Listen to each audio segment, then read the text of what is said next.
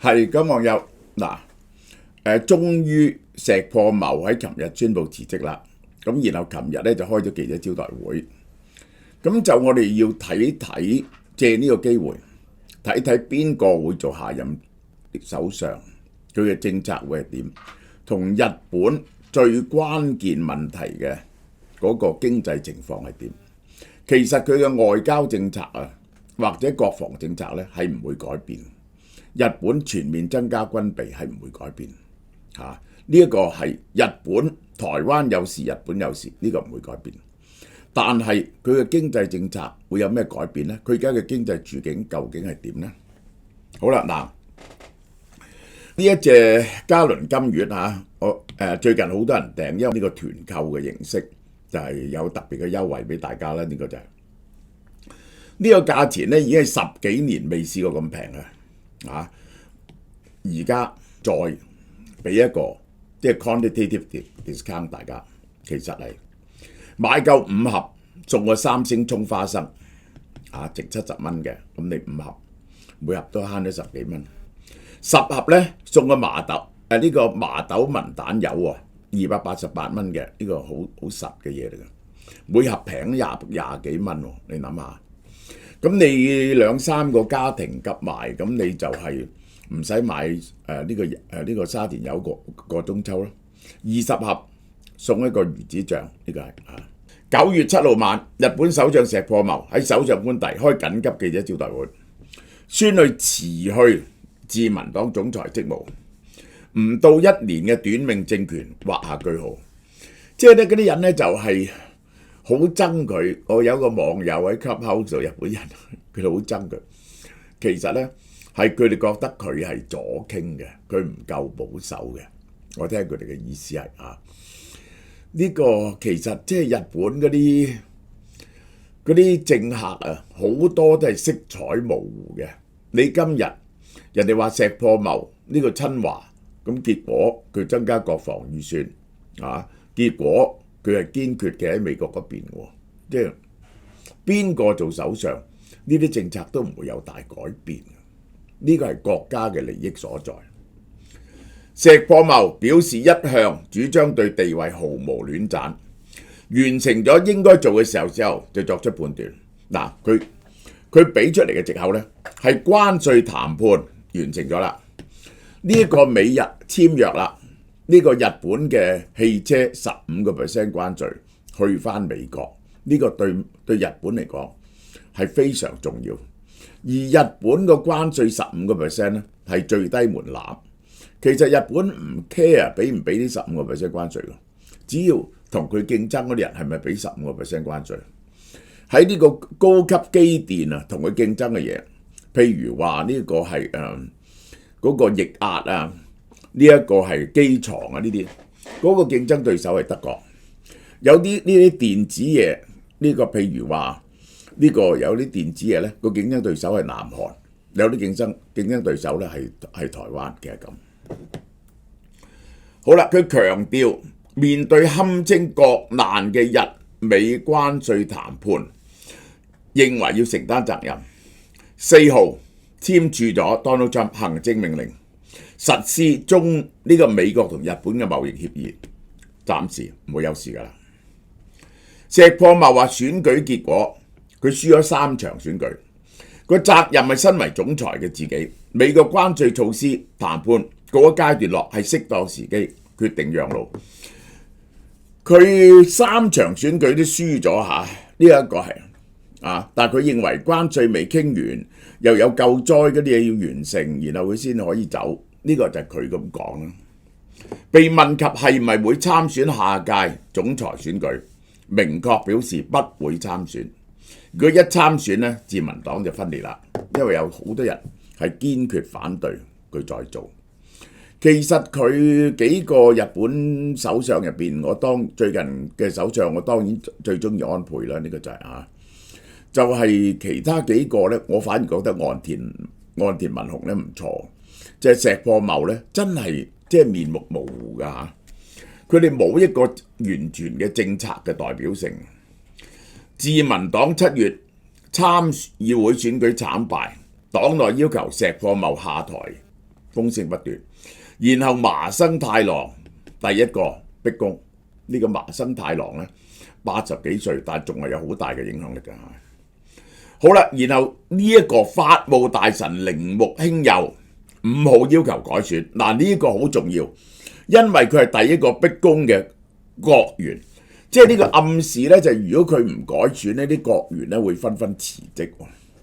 咁而咧佢其實咧就你知道有個門檻啊，就係咧佢一定如果有一半嘅國會議員同地方嗰啲首長170幾個，國會200幾個，一半要求佢辭職咧，佢就一定要辭職嘅。去到佢嗰派嘅內閣國員企出嚟要佢改選咧，佢係個壓力好大嘅。跟住好多個副大臣、政務官公開支持提前總裁選舉，即係咧佢係面臨內部陣營嘅崩潰嘅。自民黨原定8號由國會議員提交係唔係舉行臨時總裁選舉意見書，係唔係要再選個總裁？如果172票咧，就被逼呢個要進行選舉。富士新聞網嘅民調顯示，295個國會議員入邊咧，131個支持，47個地方黨部係黨部投票，20個要求改選，夾埋已經151票。呢個咧係呢2日啊，嗰啲風聲對佢仲加不利嘅，呢個就係好可能咧就去到170席。咁既然如果係咁難睇咧，佢不如自己唔選啦，呢個就係自己退位。菅義偉同埋小泉進次郎，菅義偉係支持小泉進次郎嘅嚇。6號深夜拜訪首相公邸。如果唔提前舉行總裁選舉咧，就黨內分裂，叫佢自己揾路行。呢個就係舊石破派嘅核心成員。嗱，呢個好重要。佢以前嘅核心黨員，前經濟產業大臣齋藤健公開向石破喊話，希望佢自行辭職，唔好要防止黨內混亂。佢咧就話最好由你自己作出判斷，即係你辭職咧就好過人哋炒你啊，係咪？石破茂舊年10月上台啫，做咗11個月。佢首先喺眾議院選舉輸咗，東京都議會選舉輸咗，然後參議院選舉3連敗。呢個咧就真係要負上呢個政治責任，應該辭職㗎啦。呢個就係佢其中嘅一個好錯嘅就係佢當時咧佢仲係多數嘅喺眾議院，佢去賭上台後8日就解散眾議院，提前改選。佢希望因為佢一做首相咧，一般嚟講咧就係都會有呢一個蜜月期噶嘛。佢想趁呢個蜜月期擴充咗喺眾議院嘅多數，咁於是咧佢就可以做長時期。結果佢嗰時佢覺得會賭得贏，自民黨同公民黨聯盟慘敗，變為少數政府。哇！黨內咧就喺度鬧佢啦，你搏乜嘢啫？呢個就係由於參眾兩院都失去多數，同埋咧好難同啲在野黨合作。呢個咧黨內普遍認為秋天嘅臨時國會保證預算案好難過關。即係咧嗱，而家從所有嘅在野黨冇一個在野黨可以同佢合作，你係少數派政府，你過唔到嗰個預算係點咧？咁樣而家點解自民黨可以繼續執政咧？個真正原因就係一個嘅啫。嗰啲在野黨咧，大家互相唔同意。立憲民主黨同呢一個立憲民主黨同呢一個國民民主黨咧，係民主黨分裂出嚟嘅，係兩派，係爭對方就多過自民黨，所以咧就冇辦法合作。呢個咧好可能變咗歐洲嗰啲長期嘅少數黨執政，少數黨執政咧。就係結果啲法案咧係非常難通過嘅。自民黨內部對於佢上任後重大選舉接連落敗提出究責，認為佢繼續領導自民黨咧冇辦法贏得選舉嚇。石破茂內閣推動多項政策應對物價上漲，但呢個係因為日元嘅貶值，終於呢個係令到嗰個物價上升，呢個係。咁點樣應付呢？其中有一個我同大家講過咧，個米價上升啊，佢就釋出嗰啲儲備米，又諗住咧佢最後選舉啊，參議院啊，諗住派錢啊，每人派2萬日元啊，每人派1000蚊，每人派1000蚊，即係派1000億出嚟，1000幾億出嚟，1200億出嚟。因應通脹嘅對策係7月參議院選戰嘅主要議題。在野黨要求削減消費稅，嗱，日本嘅消費稅係10%，如果減翻2%，咁啲人咪個通脹咪冇咁犀利咯。石破茂堅決拒絕，唔肯。在野黨批評點解呢？一陣間我會睇嘅。而家日本係有希望減低嗰個長期債務，呢個呢係日本嘅一個好大嘅問題。嗰個長期債務之高呢，日本國債債務之高咧，係全世界第一嘅。日本係在野黨批評石破茂政府派2萬蚊，喂，入2萬yen即係幾多錢啊？而家1100蚊到，咁係想氹啲人，唔係話企圖發展政策買票，但石破茂堅決拒絕降低消費稅嘅立場。呢個啲人民係希望降低消費稅嘅，減2%消費稅，最終係導致執政聯盟咧選舉失利。每日新聞顯示，民調顯示33% 唔知道應該支持邊個做首相，不但只係唔知道想支持自民黨邊一個人繼任首相，亦都唔知係咪可以支持立憲民主黨或者國民民主黨。係群龍無首嘅局面，佢哋對於個政治咧已經係相當之反感。好啦，我哋睇下石破茂喺呢度上場啊，呢個係岸田文雄啊。岸田文雄咧喺呢個之前呢個民望唔錯，2023年哇喺插水插到，你睇呢個差別係幾大，不支持去到60%，支持去到2%。呢個岸田文雄，岸田文雄辭職俾石破茂，石破茂一落嚟咧，去到呢度佢進行選舉，因此佢覺得搏得過。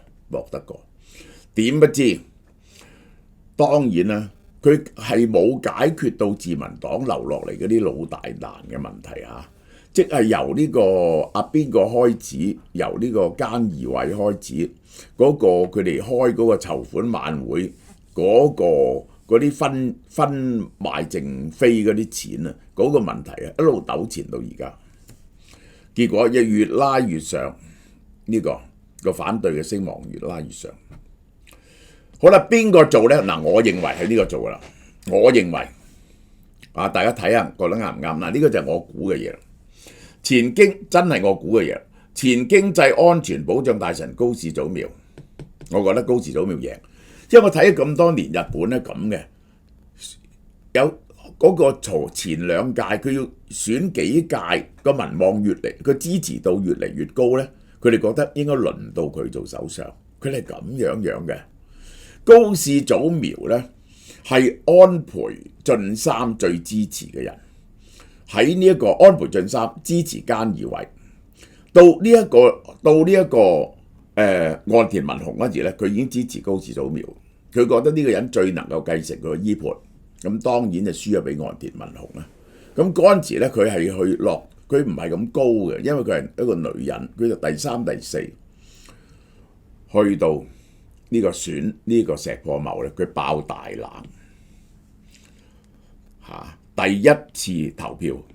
我嗰陣時都以為小泉進次郎有希望，因為佢係代表個新嘅希望咁後生，但係小泉進次郎咧唔係好成熟啊，個人始終都。高市早苗好有性格，第一輪投票排第一，結果係咁多黨派都唔想高市早苗贏，夾硬將佢駁翻落嚟，變咗石破茂嘅。佢第一輪攞下第一，但係決勝嗰時咧，係俾石破茂逆轉咗，我認為佢贏啦。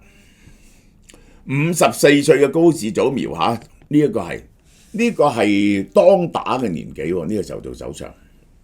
如果順利過關首相，係日本第一個女首相，日本係非常之呢一個保守。即係今日，究竟日本天皇係唔係可以由女人繼位呢？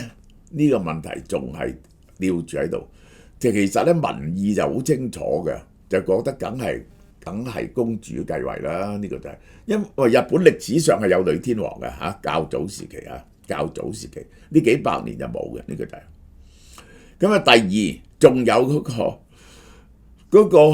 嗰個女人嫁咗人係咪要改夫家嘅姓名咧？都糾纏咗好耐，呢個係糾纏咗好耐。佢以保守立場聞名，主張修改和平憲法，變咗一個正常嘅國家。佢又去拜靖國神社啦。佢反對日本央行加息喎。日本央行我覺得應該加息喎，嚟到抑制通脹喎。呢個係調翻轉頭增加支出提振經濟，增加支出。如果唔減稅增加支出，就即係話個赤字會增加。喺保守派中有極高支持，係安倍路線嘅繼承者，政府使多啲錢。其實我係唔贊成，我係贊成減稅，但係佢係咁。民調顯示啊，高市早苗嘅支持者咧，喂好多男人同埋後生人喺新興嘅右翼政黨而家有新興嘅右翼政黨。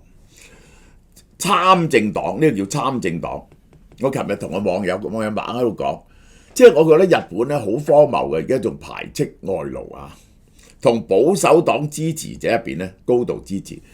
其實呢次日本選舉點解輸，就係嗰啲極右嗰啲人咧，好右嗰啲人咧唔支持自民黨，有啲好多去咗參政黨，呢個係排外嘅政黨。44歲嘅農林水產大臣小泉進次郎係前首相小泉純一郎嘅第二仔。小泉純一郎嗰陣時係改革派，佢係有份，佢係要佢當政之後咧，就要嗰啲銀行 write off 晒啲壞帳，等日本咧由個經濟泥潭度咧走翻出嚟。佢好得民心，被認為有望成為日本史上最年輕嘅首相，但呢個人其實咧政治上唔係好成熟，佢嘅政見唔係好成熟，而且即係一個好 family man 嚟嘅，佢係一個好 family man。小泉進次郎舊年總裁選舉排第3，我估唔到佢排第3，我以為佢贏高市早苗，結果佢輸咗。然後佢做選舉對策委員長。結果執政黨失去過半議席，引咎辭職。佢有份嘅，輸係今年5月嗰個前農相係因為話嗰啲米價貴，佢話我唔知米價幾錢，啲人送啲米俾我屋企啲米多到可以賣。咁嗰個人咧就辭咗職，小泉做呢一個農相，處理米價飆漲問題。推進白米流通政策，獲得寶貴歷練。佢係做過環保嘅，呢個人係主張環保嘅嚇，呢個係支持者捧佢，完全係集中世代交替嘅關鍵詞，即係話 sell 佢咧就 sell 應該換 generation 啊。日媒報道，如果自民黨舉行臨時黨魁選舉，好可能係10月上旬開票，係採取全規制投票方式。但日本選舉總裁，如果係緊急嘅呢，就係國會議員加呢個黨部；如果係正常嘅話呢，就係黨部同埋議員呢個國會議員佔一半，然後呢嗰啲會員投票佔一半啊。高市早苗喺會員嗰個投票嗰度係絕對贏嘅，呢個好啦。嗱，呢個係較早時期支持邊個最大可能做首相？呢一個石破茂21，高市早苗14，呢個小泉進次郎9，呢個玉木宏一郎氏6%，野田佳彥係民主黨嘅，呢個係民主黨立憲民主黨4%，即係我可以咁講啦，有機會嘅就只係得呢兩個啊，呢個係冇可能嘅，呢個係冇可能嘅。林芳正亦都係冇可能嘅，小林英之士亦都係冇可能嘅，呢個係啊。石破茂嗱喺各種年紀嘅支持，高市早苗喺年輕人入邊佔最高嘅，去到呢度都係佔最高。去到呢度40代之後呢，就係40歲以上呢，就石破茂支持度高過高市早苗，尤其是70歲以上。但係高市早苗呢，一路都壓住小泉進次郎嘅。呢個玉木宏一郎呢，就後生嗰度好啲，但係喺老人嗰度呢，冇人支持佢，佢資歷唔夠。我哋睇下日本消費者物價指數，呢個係個問題。日本長期都係冇通脹嘅，呢個就叫喺通縮狀態入邊。去到2022年，呢個係因為疫情啊，呢個時候有翻少少通脹。去到呢度呢，就係個通脹去到呢一個係4%。而家個通脹咧就變咗3%，於是日本人覺得有加價嘅壓力，呢個係要有加人工嘅壓力。呢個就因為經過咁多年，終於日本喺通縮度走翻上嚟，而變咗咧就有通脹。咁咧呢個就變咗咧，你知通脹咧係最好危險嘅，對於嗰啲選民嚟講，因為佢日日攞個人工翻去夠唔夠錢俾咧？呢個係大問題。呢個日本嘅 CPI 3.1，日本核心 CPI 3.4喎，呢個就係3.4。核心 CPI 年增率呢個係2025年07月呢個係3.1%。好啦，咁結果呢個其中一個點解有通脹咧？就係日元貶值啦。你睇下日元。佢由2022年咧係115貶到148，係貶咗33%日元，33%唔係33%，因為要除翻115，係29%度，日元貶咗29%度，最低咧係去到160喎。呢個咧日本我講俾你聽，你當你個貨幣貶值咗29%嘅時候咧，係一定有通脹，呢個即係等於係呢個加關稅一樣嘅個原理係，你嗰個入口嘅嘢係加就係梗係加29% 㗎嘛，咁咧就係我要問入口嘅嘢佔你嘅經濟嘅份額係幾多咧？咁日本呢咁嘅國家咧10零個%度啦，左右咪有3% 通脹咯，實質 GDP 增長。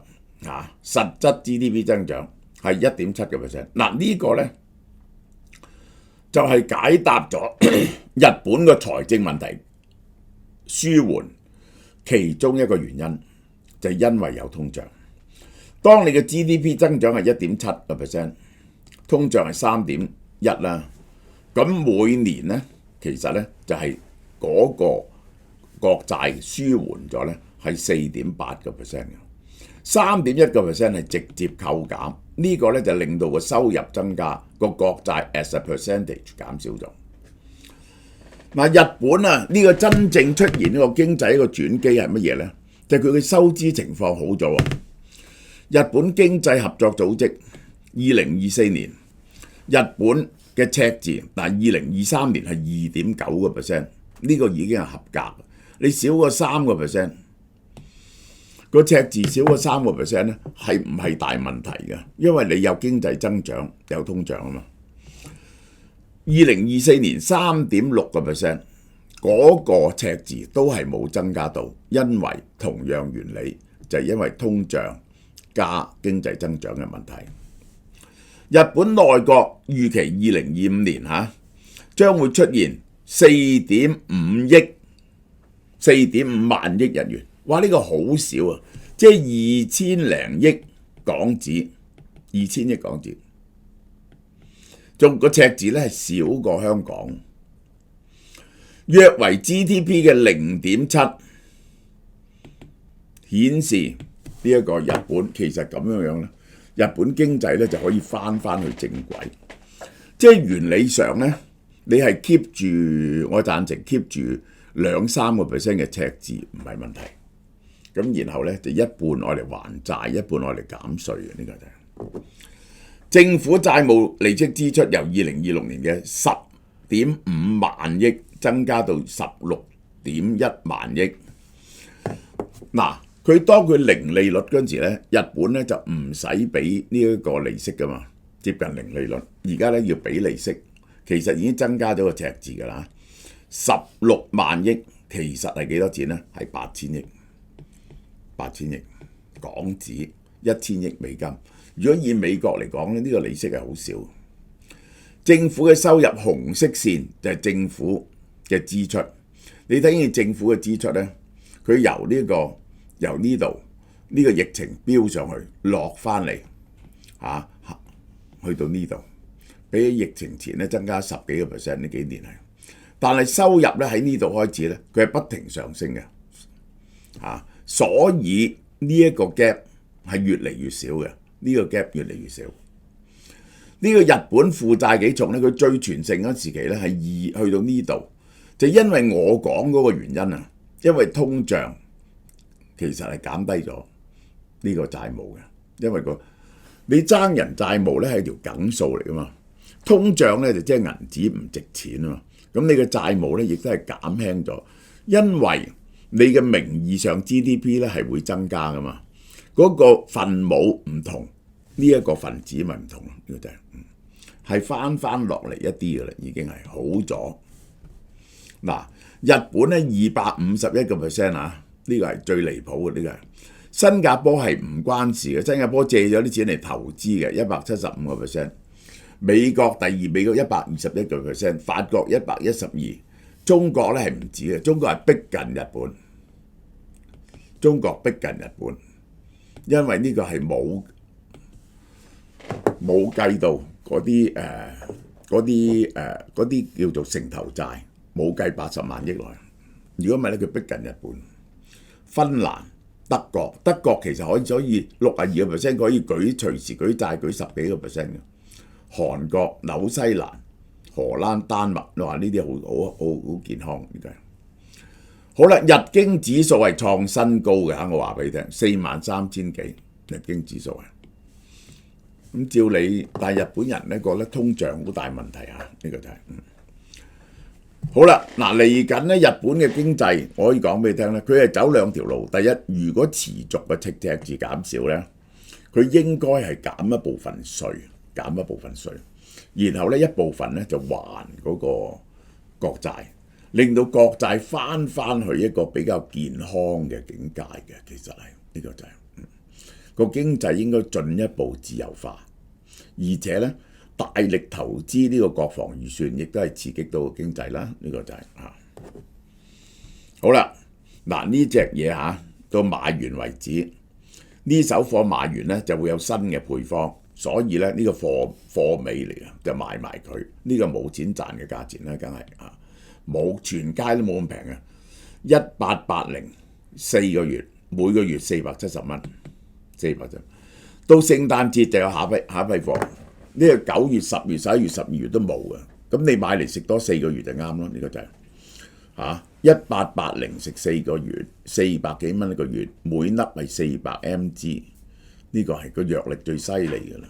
加埋白藜蘆醇係會令到嘅功能增加1.6、1.7倍嘅，同埋 TMG 調整你血壓，我哋孝敬爸爸媽媽咧非常之好嘅，一食4個月。多謝大家。好啦，嗱呢隻嘢新嘢嚟嘅，慎重推薦。呢隻叫 iDune 咧，中文係伊敦。喺呢個北歐神話入邊咧，就係掌管青春同埋黃金蘋果嘅女神，等眾神永葆青春嘅。呢隻咧係極水潤面霜，含天然成分，有積雪草啊、茶樹啊、綠草啊啲咁嘢啦，摩洛哥堅果油。